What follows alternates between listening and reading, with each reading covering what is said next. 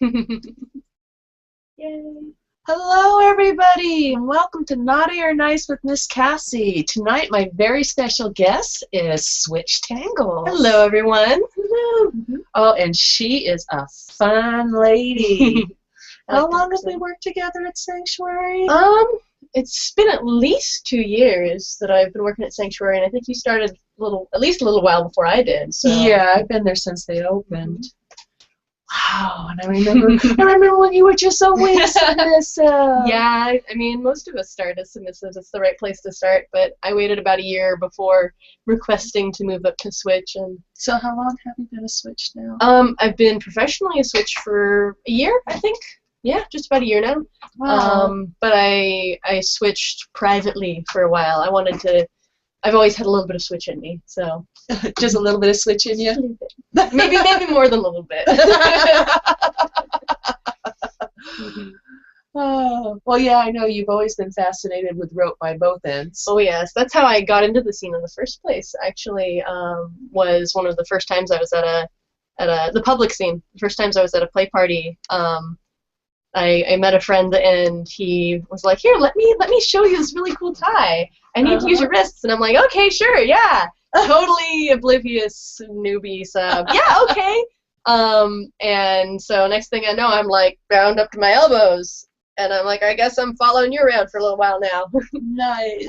So that was fun. I was really excited to get started in the scene. It felt like the right place for me to be. So, how old were you at that point? I was just 18. A couple friends and I discovered that we were into kink in high school, and then we wanted to wait until all of us were 18 before we went to a club together. And then the very first club we went to was Passive Arts, actually. We went, and the first night we went, we were like, no, we're only going to watch. We're not going to get in any kind of trouble. We're just going to watch and learn and get a feel for it. And we did. It was a little difficult to behave ourselves, but you managed. Yeah, we managed. It was really fun. And then when we went back, I think we went like the very next party. We were right back there. And then we all let each other indulge in some play, and we were very, very sisterly and protective of each other because we were brand new and we didn't know anything. Well, yeah, and they weren't doing the outreach to newbies like they are now, with all the beginner classes and BDSM 101.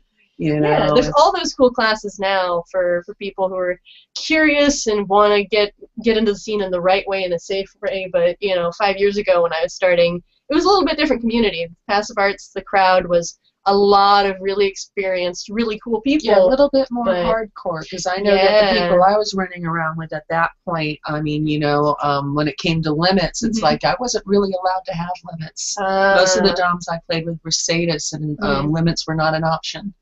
I've encountered a couple people like that, and I'm not really comfortable playing with people like that because I know what my hard limits are, and I need to know that I've said them and know that they're going to be respected. But for people who want to do that with whoever they're playing with, like, that's intense. I respect that. That's just not my jam.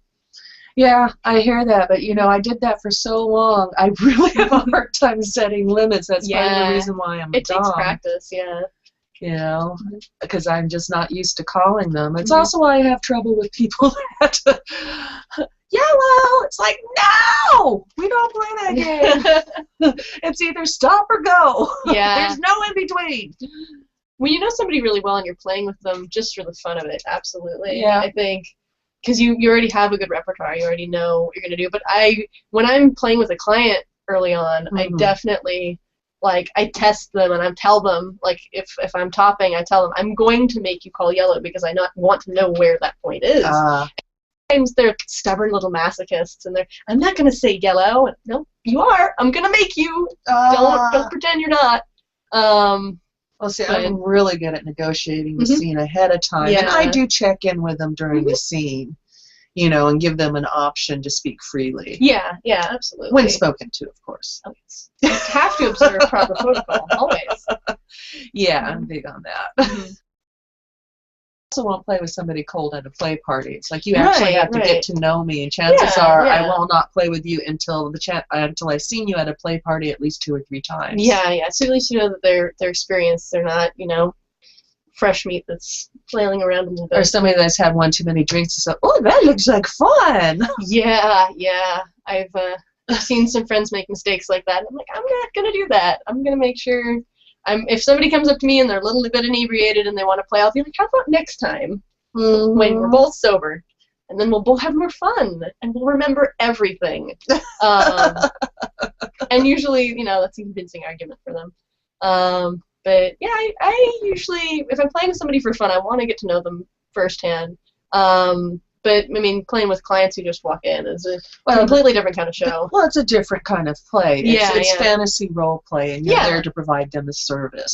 Which is totally different than lifestyle play. Yeah, absolutely. That's the thing that I heard about, but I hadn't really understood when I first got into the professional side of it, because I've been playing for 3 years pretty actively. And I knew what I liked, and I knew what I wanted to learn, and I knew what kind of play I wanted to do. And I talked to some friends who were doing it professionally. First dozen scenes that it really sunk in that this is a completely different. So why did you decide to become a professional? I mean, it's still really enjoyable. Like, it's a different kind of play, but it's still really good. And I had a couple friends. Who was it that I knew? It was at least Lady Anastasia. There's a couple other people who had been working at Sanctuary, and they were saying, "Oh, we're looking for new people. I know how talented you are.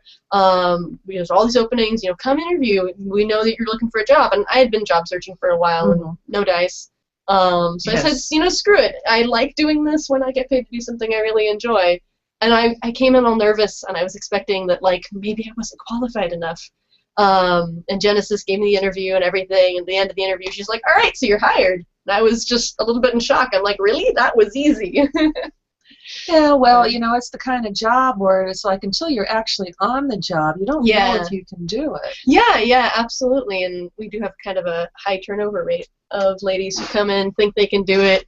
A week or two later, they burn out. Well, mostly I think they think they're going to make a ton of money. Yeah. And once the new girl thing wears off, it's like, no, you have to hustle like the rest of us. Yeah. You'll get that bump of being fresh meat, and then after that, it's not like working at a fast food place. You get a regular paycheck. Yeah. And it's not as glamorous as some people think it is. No. So. Yeah, that's always, I think, the shocker when they get behind the thing, because they think it's going to be fun just like it is when they're out in the scene. Right, They think it's going to be easy money like stripping, which is not easy in itself. No, exactly. It's the but, same kind of hustle. You're still hustling. People don't you realize. You got to chase down your business. And you may or may not get an hourly with them either. I know that we're strictly freelance, so we don't see any kind of regular paycheck. Yeah, which can be stressful, because sometimes you make bank and some weeks you make nothing, and you gotta always keep a little something on the side in case it's a bad month. But I mean, even though it's stressful, even though the money isn't as good as I expected it, I still really love working at Sanctuary. My favorite part of working there are all of my lovely coworkers. You and everybody I get to see every day that I'm in makes it worth it. Even if I'm in a grumpy mood and I don't really want to talk to people, I come and I get to spend time with my kink family, and I always leave cheered up. Oh, that's true. And then we got all these cool places to lay around. Yeah, it's really comfortable. Sometimes we get to make fun of people. and we have our bitch sessions, and we have our laugh sessions, and then well, today was fun because we were doing a photo shoot. Oh yeah. And I was tying a few people up, and I always love it when I don't have to tie at breakneck speed. Yeah, you get the luxury of actually spending time doing that. I really like that bondage. It turned out really nice. Yeah, I saw it. It turned out really, really nice. It was the good colors on the rope. But I mean, I really like that. I might come into work and just think I'm in a nap into a session, but then you don't know what's going to happen. You might end up just playing with one of the girls who's your friend, or you might get roped into a cameo, or you might have somebody come out and want you to help with the with a public humiliation thing. And you never know. Always a surprise. Speaking of public, anybody in that chat room yet, Mel? Yeah, we have a few people in the chat room, but we have a lot of people that are watching. Please go to TSR Network. Go on to Watch Live and come into the chat room and hang out, because there's a lot of people that are watching, but they're not in the chat room. Piggy's in the chat room. Hey, Piggy! TSR staff's in the chat room. Melody's in the chat room. So there's, come on in because I can see the numbers, and there are a lot of people that are watching. So please, come on in. Yes, we want to hear your questions and your queries. This young lady is very interesting. You can ask me all kinds of things. So what's your favorite kind of kink to receive? To receive? I mean, anytime I'm negotiating with anybody, I'm like a buffet. I like a little bit of everything. But one of my my favorite top two are spanking and rope. And doing rope with you is really fun. Oh, we've always had fun when we play. Do you remember that James Bond one that we did? Oh my gosh, that was so fun. Oh my God, that was hilarious. My knees were black and blue when I was done. Well, I'm like humping you on stage. Yeah, it was and I'm like takedown and capture. I was getting thrown around quite a bit. Oh man, that was great. A lot of fun. The knife play and everything, and the cat guns. And, Oh man, I forgot about the cat guns. That was great. It was so silly, but it was so fun. I miss doing scenes like that. It's been a really long time since I've been able to get somebody to come and practice and choreograph an entire scene like that. Yeah. Mostly it's just... I'm more available now. Oh. So hit me up. I'd love to do another scene like that. Well, that would be fun. Maybe at one of Tetra's upcoming events we'll do something more involved. That would be fun. Because it's been a while.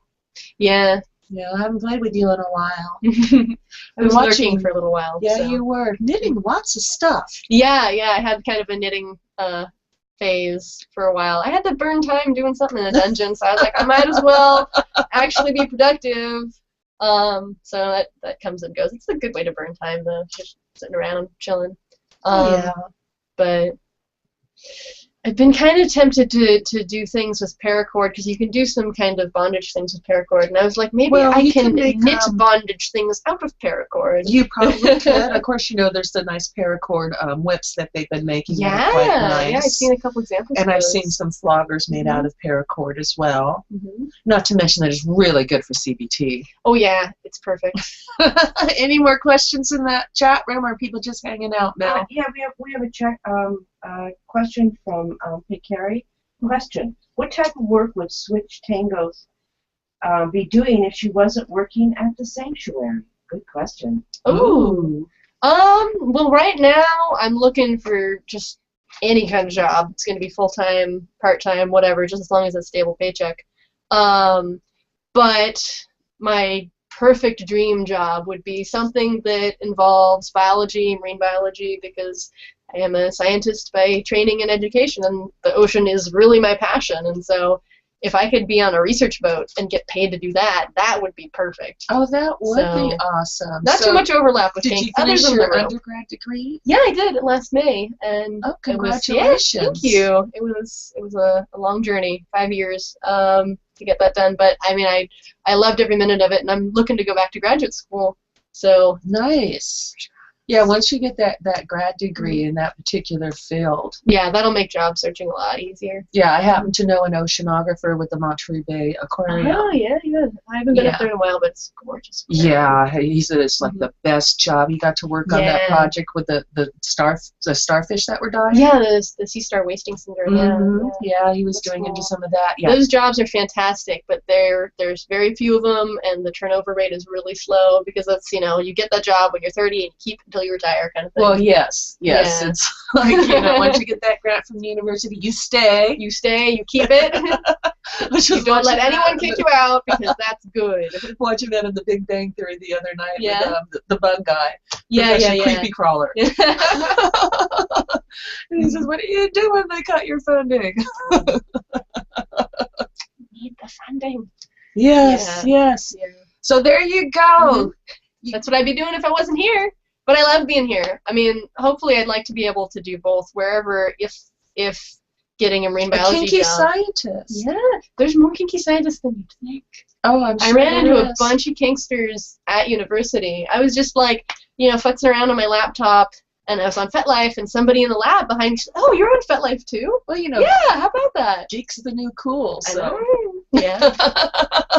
I think you got to be a little bit twisted to like actually follow through in the pursuit of science too. You got to be a little bit sadistic and masochistic, because you got to push yourself through stuff, and you got to also drag people with you. So. Well, you do, and you do have to like detach your emotions and so forth. Yeah, that too. You know, I remember in high school, I purposely chose not to take biology because I felt it was wrong to cut up these defenseless little animals. Yeah. You know, whose lives were cut short for what?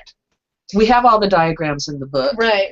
You know, the teacher could just dissect one frog instead of the whole class doing 40 frogs. Yeah. You know, and we don't even eat the frog legs. I know, right? It's a waste of frogs after that. Yeah, poor frogs. They are doing that more in classrooms, though. Now that they have the technology, they'll have like little cameras set up, and the teacher will do the dissection on one animal, and the rest of the class can watch or come up and look. It's not like back in the day when you had an overhead projector, and that was the highest technology you had. So that's making it a lot more accessible. But yeah, that being really aware of your emotions and controlling them, and being able to detach a little bit and say, you know, I can argue, I can, you know, have all this pressure about the ethics of doing it and deal with that later, but right now I just need to be in the moment and do the thing. Well, yeah, like when I was a kid and I was fishing, I never worried about whether the worm hurt or not when I jammed that hook in it. It's like, damn it, I want to fish. Yeah, you're hungry. You want dinner. Yes, yes. Yeah, you know, so, you know, you just don't put two and two then, but, you know, and then people somewhere along the line going, they might have feelings. Yeah. Like, that's one of the most common questions I get when people find out I'm a marine biologist. They're like, so do you not eat fish? I'm like, no, fish is delicious. Why would I not eat fish? Fish eat other fish. Like, if I'm studying one fish, it's probably something that eats other fish. Like, I love fish, and they're awesome, but they're also food, like everything else. Well, they are food, and their nervous system's a little different than ours, too. Yeah. When you look into all of the really cool biology and neurology of it, like, people are like, oh, but when you put shrimp in the pot, they scream, and it's like, well, they don't actually have the capacity to feel pain. You're hearing gas escape from them. They're not really exactly, and I don't think they have the vocal cords to actually scream. No. I think we might have some questions. Is there a question in the chat room now? We have a few more people that have come into the chat room. We'd Cool. like to give a shout out to them. We have Welcome. 274, that's guest 274. We have Polychromy. I think I pronounced that right. Oh, I think I know Polychromy. I think that's somebody that I pulled in here. Nice. And we have it's hashtag BDSM community. Welcome. And then we have, hello. It's A East is in the chat room. Welcome. Please get your questions. Welcome. Type them in the chat room. We will make sure that that Miss Cassie and our guests get the get the questions. There are many people that are watching. Please hop on to TSRnetwork.com and come into the chat room and join the chat, and let's cause some chaos. Oh yes. Yes. Always Chaos a can little be more fun. chaos. Yes. That's spice. What's life without a little bit of anarchy? I really love that Tetra named one of her parties Anarchy. Oh, isn't that great? Tickled me a little bit. It was really great. Those are fun parties, too. Oh, I love doing those parties. I have so much fun at her parties. Is it Anarchy or Temp for the one that has the more relaxed rules? Anarchy. Okay, that's what I thought. Yeah, definitely, and that's the one that's taken performed off. at those a couple of times. Those are very... Did you do any of the forced orgasm scenes? I've been known to be in one or two of those. Ooh, are you a squirter? I am not, although it's kind of distracting being up on stage with ladies who are squirters, because I'm sitting there enjoying myself, but then I hear something exciting happening on my left, and I'm all, bound to the cross, but I'm still going to crane my head, look, and check out what the girl next to me is doing, whether they have a towel laid out yet. Parties are always a blast. Aren't they, though? Oh, yeah. Tetra knows how to throw a good party. She does. She does. Some of the things she gets those girls to do are amazing. Oh, yeah. And the Survivor challenges are always... She gets so creative with some of the tortures. I love doing the Survivor challenges. I broke my first crop over somebody in a Survivor challenge. Never broke a crop over anybody. I got to give him a call. I want him on the show. Jack Steele. I broke a crop over his chest. Oh, wow. I whapped him on that nipple and broke the crop Nipples of steel. Breaking crops like that. Oh, he's so much fun. Yeah. Matter of fact, I think I need to give him a call. He should be on my show next week. Okay. And I'm thumping the chair again. You told me you weren't supposed to do that. I know Is better than to scold you, but you did say. I called it on myself. Is there somebody in that chat room now? Yes, we have a question, and the question is from guest 274. What is the biggest misconception people have about your profession? Oh, they assume we fuck the clients. Yeah. We do not. Yeah. We don't perform any oral or genital sex of any kind. No fluid exchange. We don't make nothing. nice with that penis. The only thing we will do is torture it. I gotta explain that to a lot of clients. Like, can you do sensual CBT? And I'm like, sensual and torture are a little bit mutually exclusive there. I can torture your cock and balls, but I can't, not so much with the sensual, happy, fuzzy good times. Yeah, and putting the foot on it and wiggling it, that's a foot job. We don't do that. No. Yeah, I've had to, every time I tell my friends about my job, they're like, so do you do blah, blah, blah? I'm like, no, you can do kink without it being sexual, and you can do sexual kink without actually involving sex or genitals. It can still be a really arousing experience. Well, exactly. While everybody keeps their pants on. So it's a hard thing for people to wrap their head around. They just equate, oh, you're doing kinky sex things. It's like, well, there's a whole big spectrum. Well, there is a huge spectrum. I mean, there's even chastity play. Yeah, and, I like that. That's fun. It is, and sometimes the denial of it is the actual what people get off on. Yeah, that's the satisfying part of it. It's obviously not an orgasm satisfaction because of the denial part of it, but it's still a deeply satisfying thing. Well, you wouldn't get out of it's delayed gratification. Yeah, for most of them, it's like building up to that private moment at the end of the day when they gratify themselves, when they, they've been good, they've been denied, they did what mistress told them, and then finally it's permission time to come. And they feel like they earned it, and they really get to enjoy it. Exactly. Yes, I've been known online to, delay that orgasm for a few days. It's like, mistress, can I come yet? No, you got to wait 2 more hours. Mistress, can I come yet? No, wait till tomorrow. Ask nicer. Is there somebody in that chat room now? Yes, we've had a couple more people come into the chat room. I just want to get these right, which is Random Girl. Random Girl. And is it Totengeist? Something like that. Did I say it right? Totengeist. Totengeist? Come into the chat room, and welcome to TSR Network. For the other people that are still watching the show that are not in the chat room, get your butts in there. Yeah. That's right.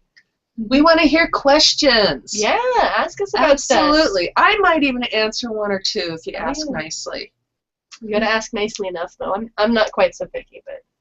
Oh, speaking of nice, everybody keep in mind that we do need to vote on the end of the show tonight whether or not Miss Tangles is naughty or nice. I don't know. My bet is that people are going to vote nice. Anybody that knows me is going to vote nice.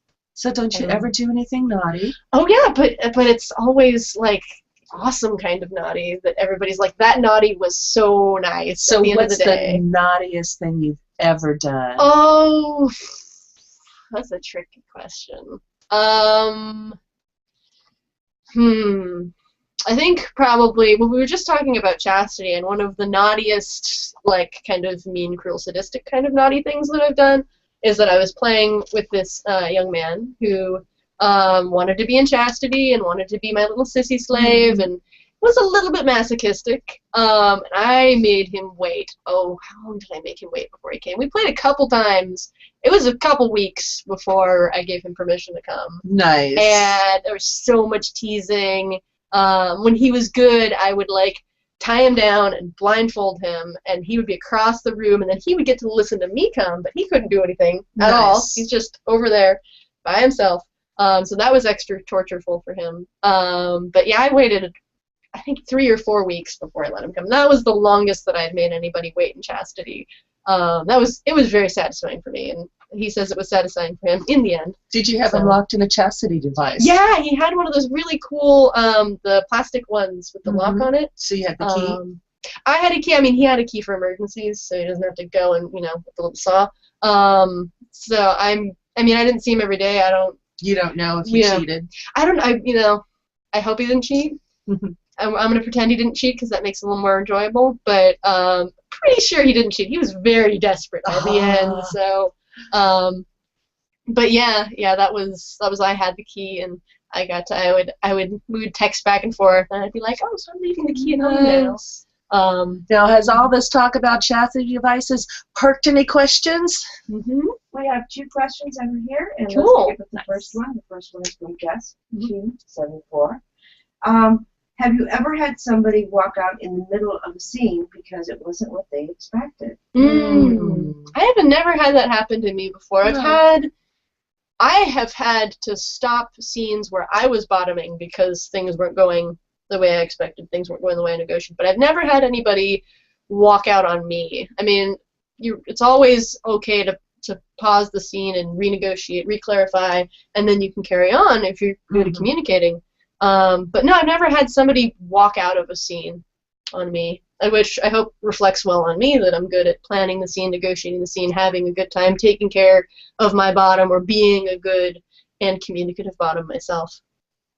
Absolutely. Now, I've had bottoms that top from the bottom, you know, and I have been known to call the scene when that happens. Yeah, no, I feel like that's reasonable. I feel like when I'm explaining to people who are new to kink about the whole negotiation and safe word thing, that I have to remind them that tops have limits too. Tops can call the safe word. Tops need aftercare. Tops need to have all of the communication and respect happening that you would naturally expect for a bottom. And I've seen tops call scenes. They've called red or whatever their safe word is. They've had to end it, walk away, because things weren't okay with them. Either something the bottom was doing or something in the environment, if it was a public scene, was just messing with them too much, and they had to walk away from it. Which is, I mean, I'm glad that they walked away from it instead of keeping at a bad experience, but it's a little sad when that happens. Yeah, it is. And I know that sometimes they get into deep, deep subspace. And I know sometimes at that point their judgment is not really the best at that point, and they may actually be asking me to give them more than I know they can take. You know, and at which time I will control the scene. You know, I may confuse their nervous system and do a few things so they think they're receiving more.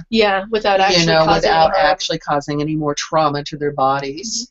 You know, because I have been at parties where I saw this one mistress quite literally whip the flesh off of somebody's ass. I saw it hanging off to the side.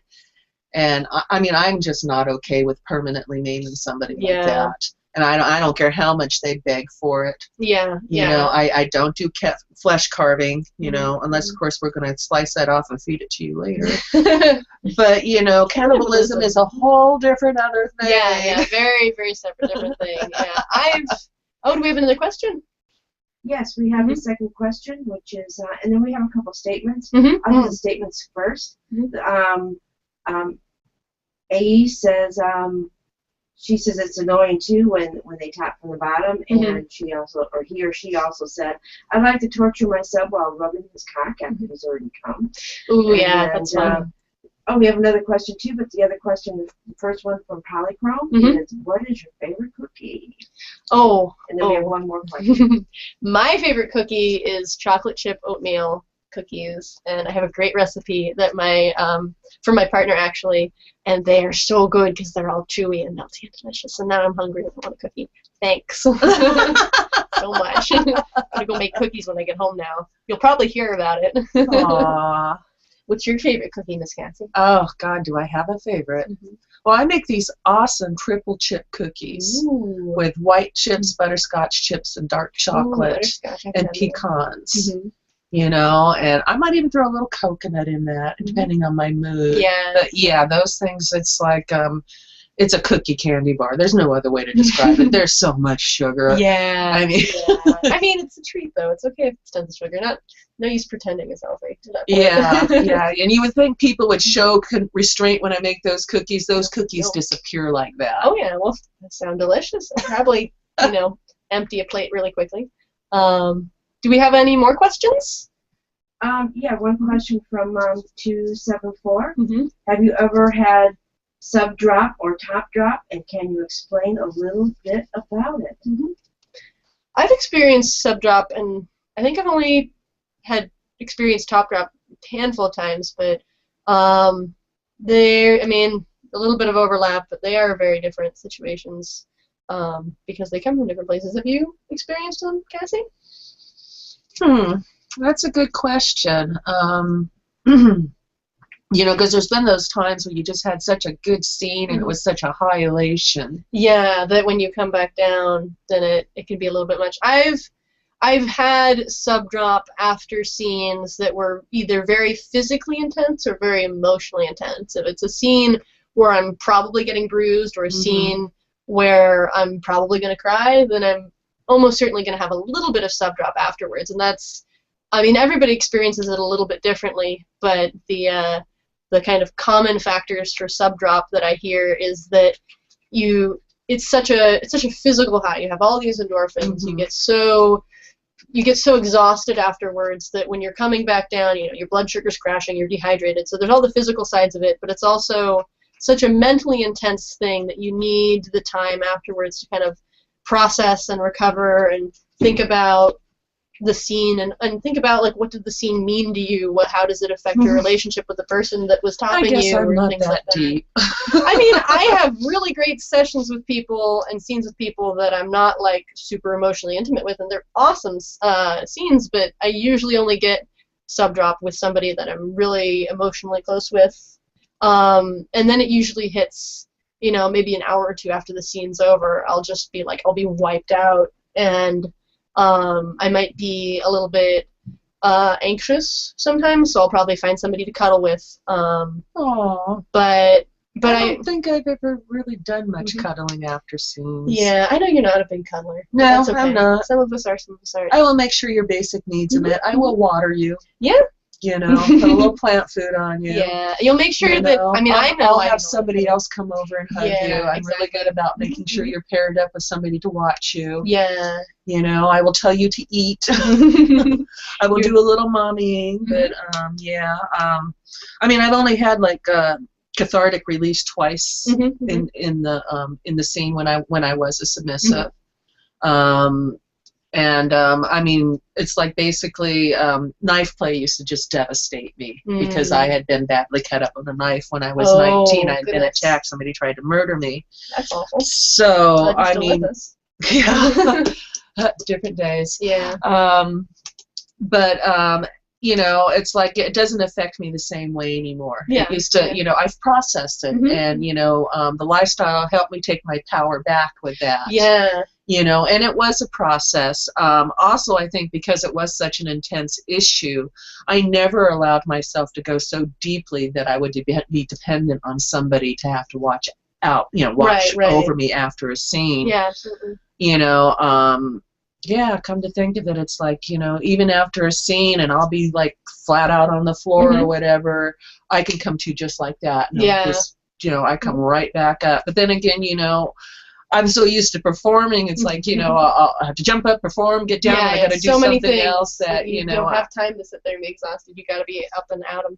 Yeah. Yeah. We have another question now. We have a statement. AE said, I really needed to hear that I felt like, I really needed to hear that I felt like I was alone in Top Drop. So thank you for sharing about the Top Drop and how you felt about it afterwards. Yeah. And there are some more people that are watching the show. I can see the numbers going up. Cool. Come into the chat room. Yeah, come join us. Nice. Yeah, there's been a lot more attention brought to Top Drop lately. Yeah. You know, you never used to hear about that. You know, we spent so much time worrying about caring about the bottom that we often forget that the top has needs too. Yeah, absolutely.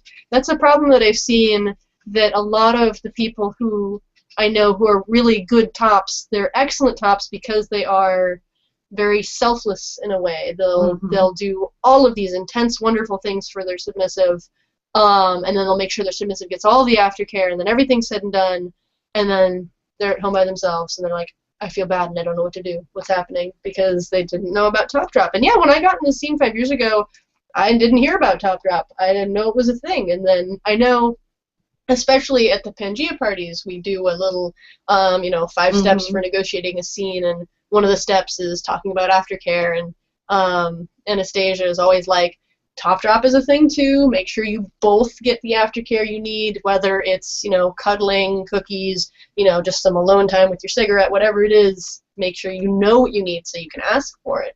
And if you know that Top Drop is a thing that you might experience, then you know how to prepare for it. But if it sneaks up on you out of the blue, then you're not going to be able to take the right kind of care of yourself. Well, that's true. And there's many ways to deal with it. I was with a Dom for many years, and he just really loved the conquest and playing and playing and playing.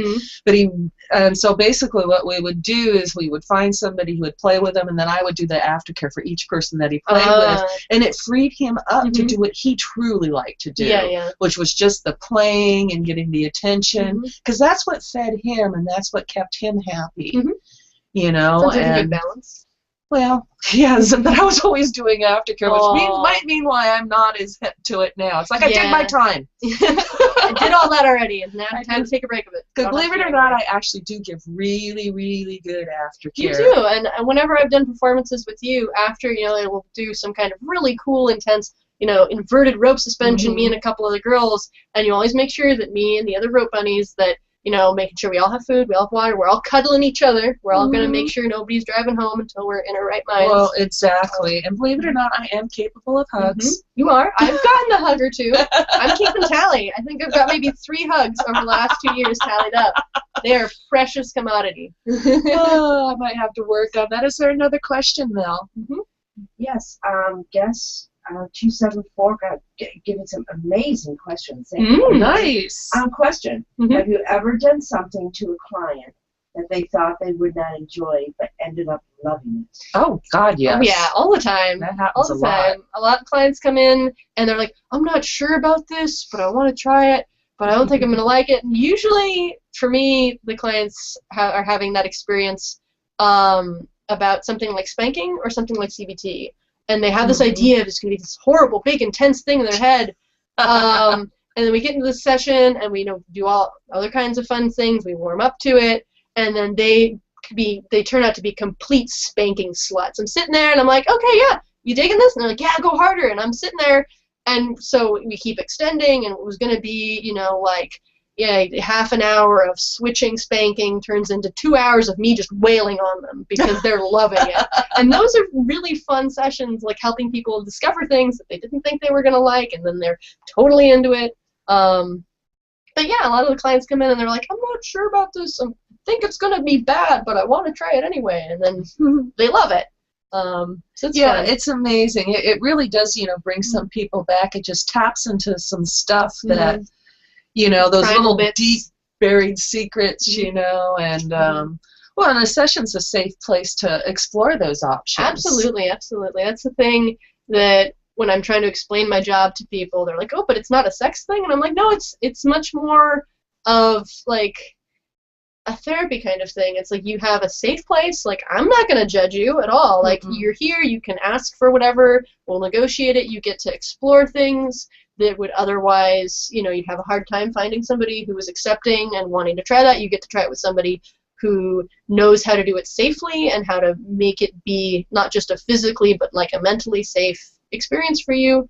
And so it is very much a professional kind of experience, and it is very much supposed to be a safe way to explore for people. No, I like that you brought up the mental aspect of it. Mind fucking is one of my absolute favorite things to do. I love to take somebody on a journey. I love to, do some sorts of sensory depth. And then tell them things. I did a photo session with one of the submissives at Sanctuary, and a regular session could not get her to get a submissive look on her face. So I took her into Hecate.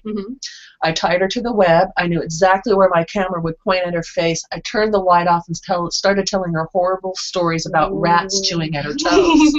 We got some of the best pictures because we got that look of genuine fear. Yeah. And I mean, you weren't even doing anything to her. She was just sitting there, and I was just telling her a story, and just the fact that she was bound to that web, she couldn't get away. It was dark, and the only light that happened was the flash from the camera when it did go off.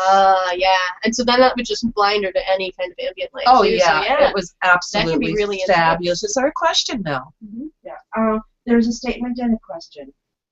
Random Girl says, interesting how often it does happen compared to when they think they might not enjoy it, and then they don't actually end up enjoying it. Yeah.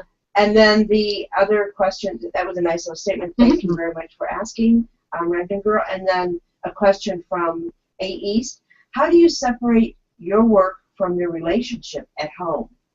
That is a really good question. And when I first started at Sanctuary as a sub, I knew that was something I was going to have to do. I was going to have to compartmentalize the kink I do for fun with my friends and my partner from the kink I do for work.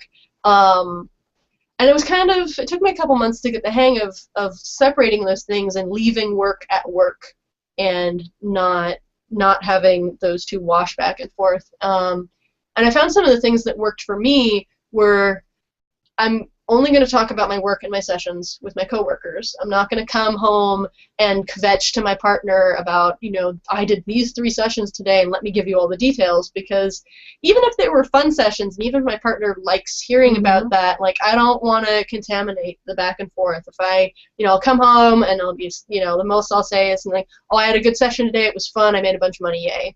Or, oh, it was a boring day, I only did 15 minutes, it wasn't that exciting. Every now and then there'll be like a really strange session that I'll be like, so we did this one thing that was weird and kind of cool. Maybe we should try that. But other than that, I leave my work at work, and then that means that when I come home and when I want to do sessions, when I want to do scenes for fun with my partner, with my play partners, with whomever, then I can like let go and enjoy it and not worry about I don't worry about the same rules at work. I worry about, this is for me, I'm enjoying it, this isn't a professional job thing. So do you live this stuff 24/7 then? I don't do it 24/7. I have a switch dynamic with my partner, and I have a couple other play partners that I play with every now and then. Most of them are switches too. I mean, we play whenever we're in the mood for it, but... So is it a kinky household, poly household? My partner and I are both poly, and I mean, it's just the two of us living together, but each of us has other people that we date and that we do kink things with, and we're all very open and communicative of it, and we're, friends with each other. So do you do separate dating, or do you actually do, like, group sex, or? I mean, we've done group sex a couple times in the past, but we don't have anything, like, organized, like Tuesday is threesome night kind of thing. Yeah, so you don't have some girl that you guys split like a wishbone and... I mean, that would be fun, but we don't have that happening currently. I mean, we'd be open to that, I think, but it's not something that's fallen into our laps yet. We're not, Okay, let's put the energy out. Come to us. We need to get Tangles a girl. Yeah. A girl that they can wishbone at home. Woo! Maybe. I mean, there's somebody we know that might work with, but we haven't talked about it yet, so we'll see. Is there somebody in the chat room volunteering? She might be in the chat room, actually. I told her about the show. Or actually, she might be at a gaming night thing, so I don't know. Maybe when she watches this later, she'll know I'm talking about her. Yes, are your ears burning, sweetie? But yeah, usually... Can we burn those ears for you? I don't think she... I don't know. I do ear candling. It's fun. Yeah? How does that work? I've heard about ear candling, and I have no idea what it actually I can bring some ear candles to work and do your ears if you want. Maybe what happens when you ear candles? There are these long tubes. They're made out of paraffin and muslin. Okay. And it works on basically a scientific principle of fire, consumes oxygen.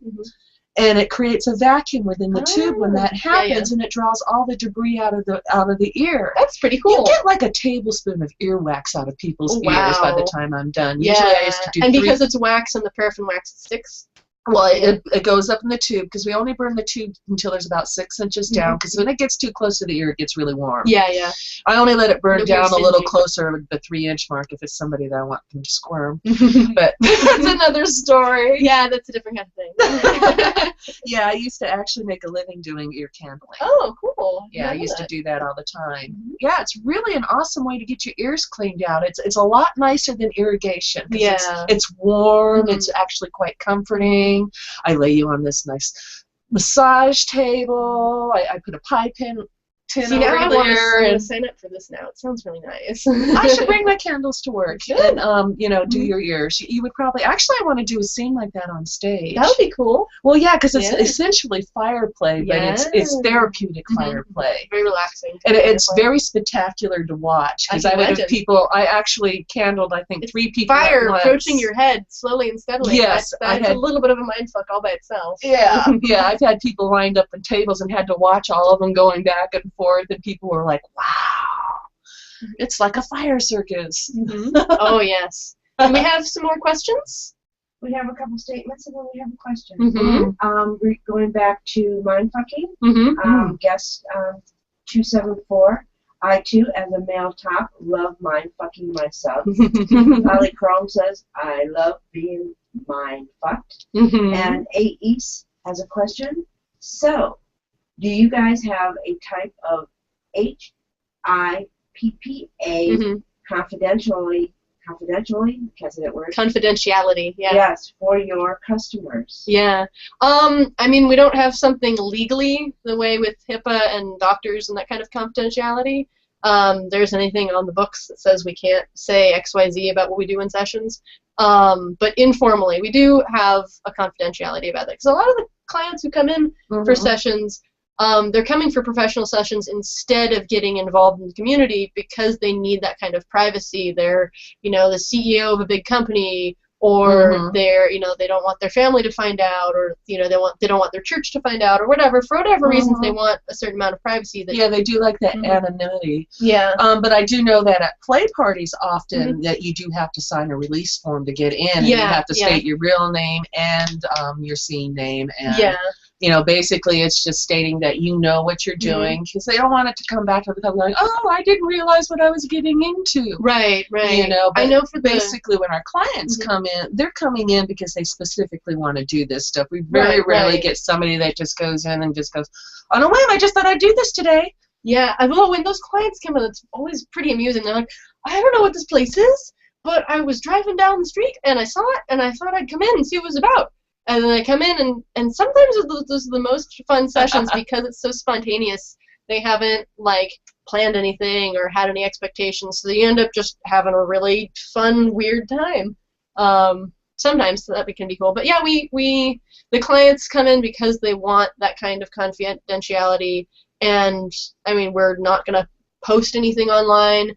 They often use fake names. There's so many Johns and Daves that come in. You know, it looks like a regular business. It's not like some, you know... We don't have neon lights outside. No, it looks like a typical business when they come in. We've only had one guy that was so worried about his face that he actually showed up in a mask. Did he really?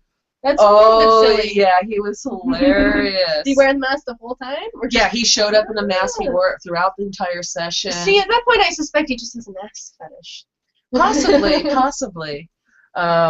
Very, very interesting session. I'll have to tell you about who was sessioning with him at some time. So we're not going to break confidentiality here. Yeah.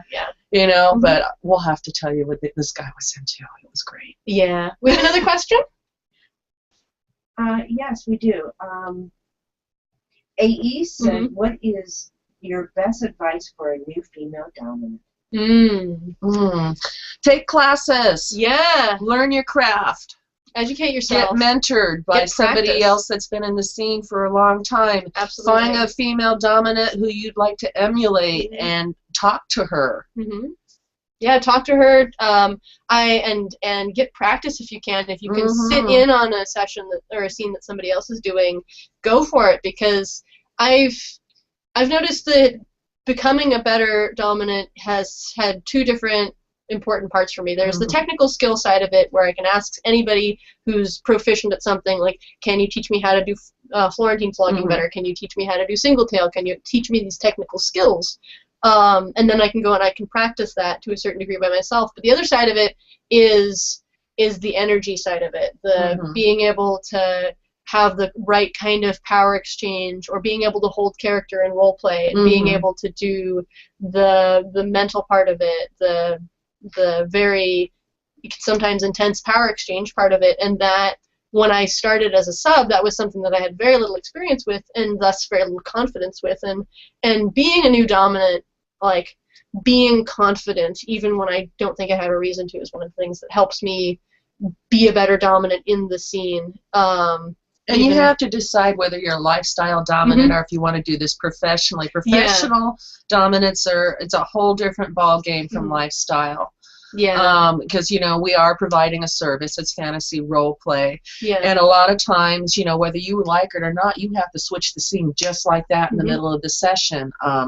You know, and you have to be able to, you know, basically have your shields up so that you don't become too attached to a particular thing that you're doing, because you may have to just cut it off and start doing something else. Where if I'm playing personally, you know, you don't have those walls up. You don't have those walls up. Of course, I know yourself enjoy it more. Exactly, and I know who I'm playing with, so it's like, you know, I learned a long time ago to put my shields up, and I guess that's probably why I don't get top drop. Is because I've learned I don't let my energy out there. It's very rarely that I drop those shields, and will do energy play in a scene. Because energy play is very draining when you do energy work. Oh, yeah. You know, absolutely. and that's something I usually reserve for somebody personal, because I have to delve into something much more personal. Yeah. And I may find some things in their heart chakra that I really didn't want to know about.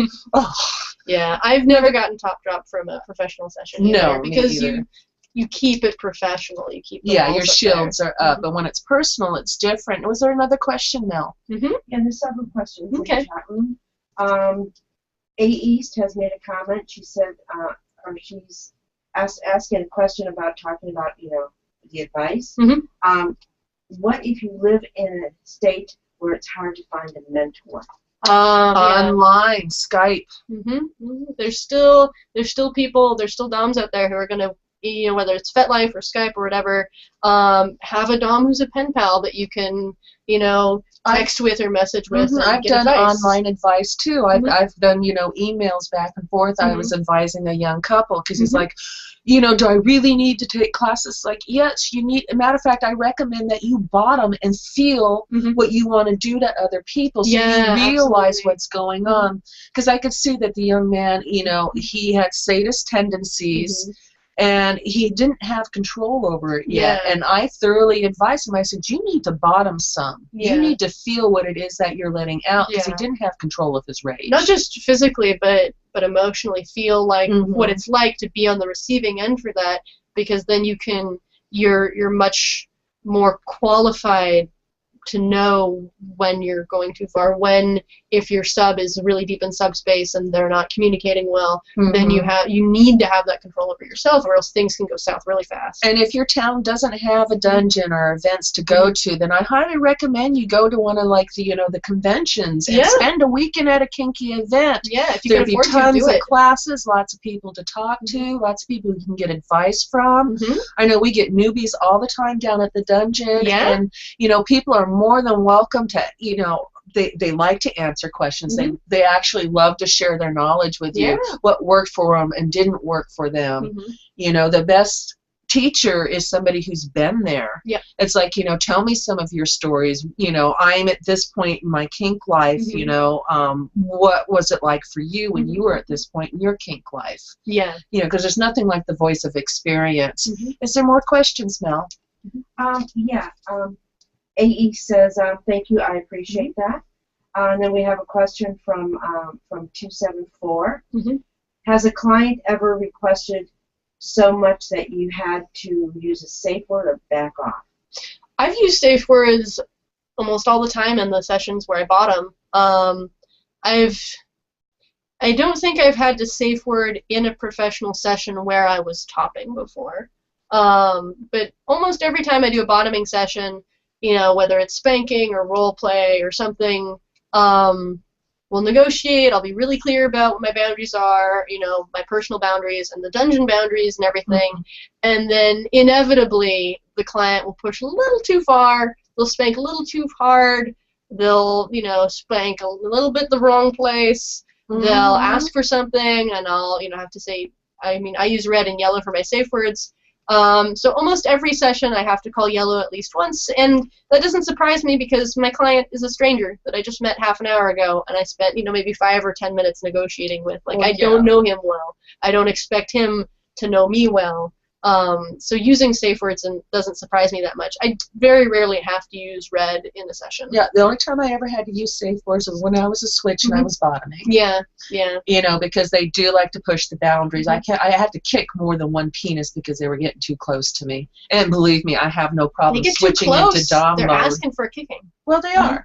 They are. They really are, you know. And I actually had one client dislocate my shoulder during a bondage session. Goodness, it's awful. Yeah, dislocated my collarbone. It's shitty. How long ago did that happen? I think I remember a couple of years ago. Okay. Yeah. I mean, accidents do happen sometimes, and as a professional bottom and switch, I am never getting into subspace during a professional session because that would be incredibly unsafe. I don't know this client. Exactly. It's a lot of topping from the bottom when you're a professional submissive. And you have to do it with finesse so they don't realize that you're topping from the bottom. It's a little bit of an art form. You have to kind of let them think it's their idea to bring a session this way. Yeah. You know, which, I know everybody thinks, you know, I love getting beat and blah, blah, blah, but when you're doing it professional, you don't really get to enjoy that subspace. Not as much, no. I mean, you stop masturbating after the first couple months, after, you don't get as hot and bothered. It's not as exciting once it becomes work. Yeah. Yeah, questions? Yes, we have a question from staff. Does your family know you're in this life choice? And what you and that you do this for a living? No, my family has no idea. They completely oblivious. And I mean, if they happen to find out and they came to me and they asked me about it, I would tell them. I'd be honest about it because I don't feel like it's something to be ashamed of or to hide. But I also feel like it's not really any of their business. Like this is my job and my personal life and my personal relationships and also my business relationships, and they're my brother's not even 18 yet, and my parents can be a little controlling at times, so I don't really want them to know about it. So I don't plan on telling them about it anytime soon. If they saw me somewhere, they might ask me about it, but I think my extended family would be more relaxed about it. I have some very open-minded cousins. It wouldn't surprise me if they were into their own kink communities in their respective places. Well, basically, my immediate family does not know what I do, but they do know that I'm a performance artist and that I do some very strange things. Yeah. And they also know that I'm an actor and I do very strange things. I mean, I had to get up and talk about, I did a thing called, I think it was Vagina Monologues or something. Oh, cool, yeah. No, it was No Longer a Virgin. That was the play that I did. And we had to tell stories of losing our virginity, and we each had some story of some person that we had to tell. So I had to get up in front of an audience and tell us a really heinous story about losing my virginity and coke douches, and it was from somebody back in the 60s. Was this your story, or you were reading somebody else's story? No, it was actually somebody else's story, and I was acting the part. Gotcha. And there was a time when they thought that if you douched with Coca-Cola after you had sex, that it would kill the sperm. Yeah, it does. Ooh. It does. That was part of what they taught, but they thought that would prevent pregnancy, believe it or not. Nope. Another question now. We're smarter than that now. Yeah, we have another question, and basically it's guest 274 again. Great questions this evening, by the way. We like you, 274. Yeah, great awesome question. What is your favorite toy to use as a top and your favorite toy to receive as a bottom? That's a good question. As a top, I really love using floggers because I can really wail on somebody with a flogger and have it be try as hard as I want. And I know I'm not going to break them because it's a flogger, and I like being able to be that intense as a top, and a flogger lets me do that. And you can get all kinds of cool sensations out of floggers, too. As a bottom, my most favorite toy is actually a wooden paddle that I made myself. It's a little lopsided, but it's got holes in it, and it's lacquered really shiny, and that thing stings. And it leaves really cool little polka dot marks. But nice. I love to get spanked with that. It's a pretty intense toy, so I have to be in the right mood for it, but it's really fun. Nice. So this one loves to be spanked. Well, we're getting close to the end of time, so everybody needs to get their votes in on whether this one is naughty or nice. And do we have the poll results from last week? I had a gray moment. I did not get the poll results, but I'm going to get them, and then I'll post them into the FetLife group. And also, I did not put a poll up there, so I will put it out there for everybody when I have it posted. I'll do it this evening. Sorry, everybody. I'll explain to Cassie the reason why after the show. No worries. And Cassie, please don't spank me. Please. Oh. I do have my rope bag and the stun gun. Oh, stun guns. I don't do stun guns. I tried stun guns once. Nope. No stun guns not for my cup you? of tea. Yeah. All right. Well, do you have any websites? How do people contact you? Okay. How do they get a session with Switch Tangles? Well, you can always call the dungeon. You can check the dungeon's website, sanctuarylax.com, and look on the schedule tab and see if I'm there. I'm usually there Monday through Thursday, 11 to 4. You can also email me at tanglestwisted@gmail.com. Maybe we can put that up under the video so people can have it. But I'm there all the time. I don't really use Twitter, but I should get on that because apparently that's the big hot thing. And it's still submissive on Twitter, so you need to change your name. Yes.